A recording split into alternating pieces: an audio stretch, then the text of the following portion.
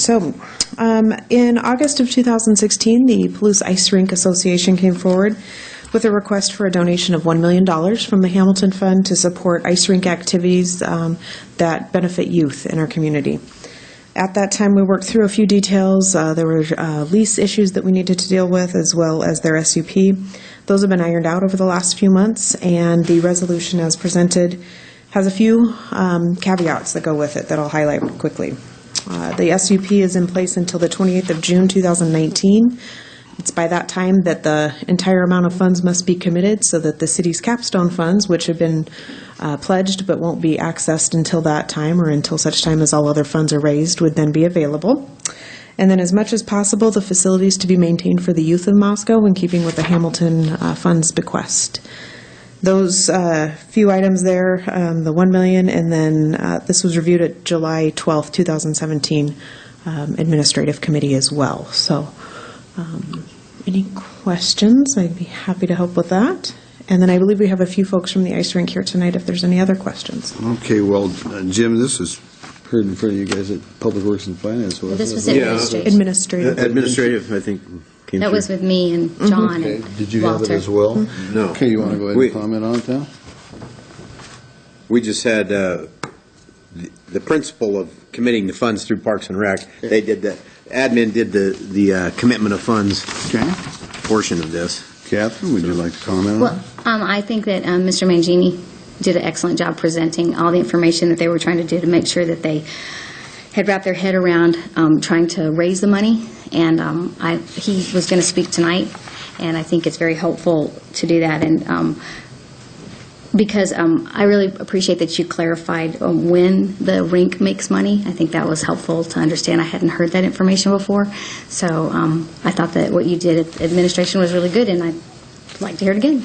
Well, you know, we've been dealing with this for well over a year. So, Tony, why don't you come up and identify yourself and talk to us a little bit, please. Thank you, Mayor Lambert and City Council and staff. Do I need to say my name and address, or just my name? Okay. Please. Tony Mangini, 606 Conestoga.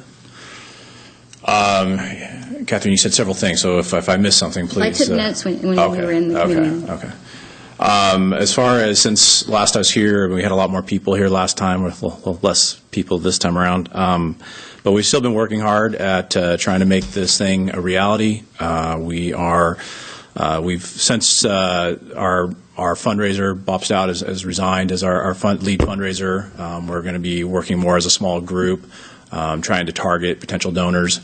To help us with that, we are working with a graphic design artist named Melissa Rockwood, and she's helping us with a brochure. I shared that with the group last time, at least one of the draft copies that we've developed. We're hoping to have that available here in a couple of weeks. We've also received testimonies from several people, Mayor Lambert included. A wonderful letter from the University of Idaho, Dan Ewert. He is the Vice President of Facilities for U of I. We are working hard at developing some corporate sponsoring opportunities to help with our fundraising efforts. And as I've gone through this process, I've been involved with the rink for several years, and it's always astonished me the things that I don't know. And one of the things I shared with the group last week is the website for the ice rink had 38,000 hits in the last 12 months from people wanting to see the schedule or learn about our programs or whatever. And it amazes me because this little facility that we have, as simple as it is, 38,000 people decided to visit our website, and of that 38,000, 42% were first-time visits, which really I was really surprised by that. What Catherine mentioned before, as far as how do we generate our revenue, the facility is worth the most when it has ice on the ground. We do use it for a few things in the off season. There's some roller derby teams that use the facility in the summertime. We've used the facility for a bar mitzvah, for a wedding ceremony. The football team a couple years ago when we had the bad fire season, they used the facility. Usually we either let people use it or it's at a very nominal fee. But most of our revenue when we operate is between October and March. That's when there's the peak demand. That's when the teams are playing. And that's when people are looking for recreational opportunities that appeal to what we have to offer. And so that works very well. Excuse me. A couple things I wanted to mention that's new since we met last week. The board for the ice rink met on Tuesday last week, and we had bid out receiving a design development plan for our ice rink, which we had met with some contractors, Scott Gropp in particular, who strongly advised us to go through that next step so that we could get better information as far as getting quotes with contractors and getting a better price. The number we've been using is a number from 2016, and it was an estimate from an architect. We really need to pinpoint that number because all indications are costs for construction have gone up pretty significantly, and we really need to know what our number is. And so we awarded our project to a group called Longwell Trap up in Coeur d'Alene. They're the same group that did the rink up in Coeur d'Alene a few years ago.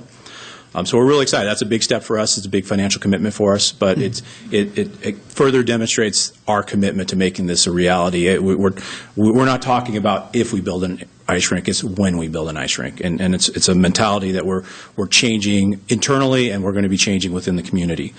I am working, actually, I saw Jenny in here earlier. I'm working with the chamber on scheduling an after-hours event for the ice rink to get businesses down there so they can see what we're doing. Hopefully some will choose to maybe do a dashboard advertisement, find some way to help us financially, because there's some great opportunities for business, because there's a lot of people that come through that facility. We average about 30,000 visits a year from our regular users and just people coming to the area to check us out.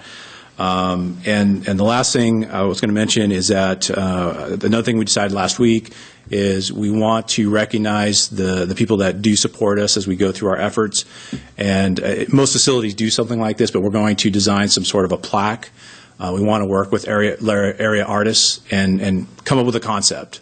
I know the Hamilton Center has one as you enter in the building, acknowledging the people that help with that facility, and it's pretty common. We're pretty open. I really haven't decided. I think with so many creative people in this area artistically, and there's so many possible mediums that you could use, we're looking for something that's going to look nice, professional. It's going to start with the Hamilton Fund contribution, and we're going to work down from there. But we want to do something to let people know, again, that we're serious and that we're wanting this thing to happen. I'd be happy to answer any questions. Okay, questions for Tony? Thank you, Tony. One of the things I was of course, I was at that meeting of Public Works and Finance as well as the admin, and one of the statements that you had made is that this gives you a 2-year time frame, so it kind of puts a heat right on about getting this thing moving forward and getting with it. So I think that's a good thing. And I embrace that, to be honest with you. I think, again, there's been this mentality that this is a someday project, and we got to get away from that. And if you don't mind, not to digress, but I happen to umpire in this area, and Friday and Saturday I was at the city ball fields. I did a Cal Ripken game on Friday, and I was doing the Legion Blue Devils game on Saturday. And Moscow's hosting a Cal Ripken tournament this weekend and invited several teams from outside the area. And it was great just seeing the impact it had, for kids having the opportunity to use the facility, a lot of families getting together, enjoying great weather, and sharing an experience here in Moscow.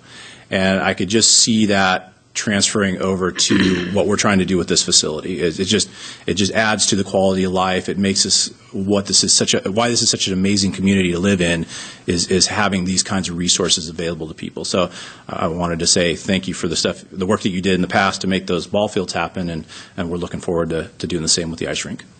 Okay, thank you, Tony. Did you want to tell the gala date? Yeah, the gala date right now is September 22nd. I believe it's going to be scheduled. It's going to be at the 1912 Center. If anything changes with that, I will let you know. That we've got a couple of board members that are heading that up, but we're really excited to get that going. Thank you, Tony. Do you have a question for Tony? No, a statement, if I might. This is the formal commitment by the city of the $1 million. We've talked about this for quite a few months. The council is totally behind this. We wish you all the success in the world. But as the mayor just said, there's a 2-year drop-dead date on this money. And, not to tell you your business, but waking up every day thinking how many days I've got left to raise the money to get this $1 million might be something of a plan. Anything else we can do to help you, we'd really like to, I'm sure we're going to be giving him a letter of support of some sort indicating the money's committed. But You've still got a hill to climb. This is just a bump in the road that's been taken out, and we wish you the best. Appreciate that. John? That being said, I'd make a motion that we approve the proposed resolution for a commitment of Hamilton funds to the Palouse Ice Rink in the amount of $1 million, and that would be my motion. Second. Okay, we've got a motion by John and a second by Catherine to approve the resolution of $1 million committed by the City of Moscow's Hamilton Fund. So I'll start with Walter. Aye. All right. Aye. Aye. Okay, there you go, Tony. Go to work. Right. You got 2 years. Your deadline date is the date that my youngest son turns 40. So that'll be an easy one for me to remember. Just thought I'd throw that out there to everybody.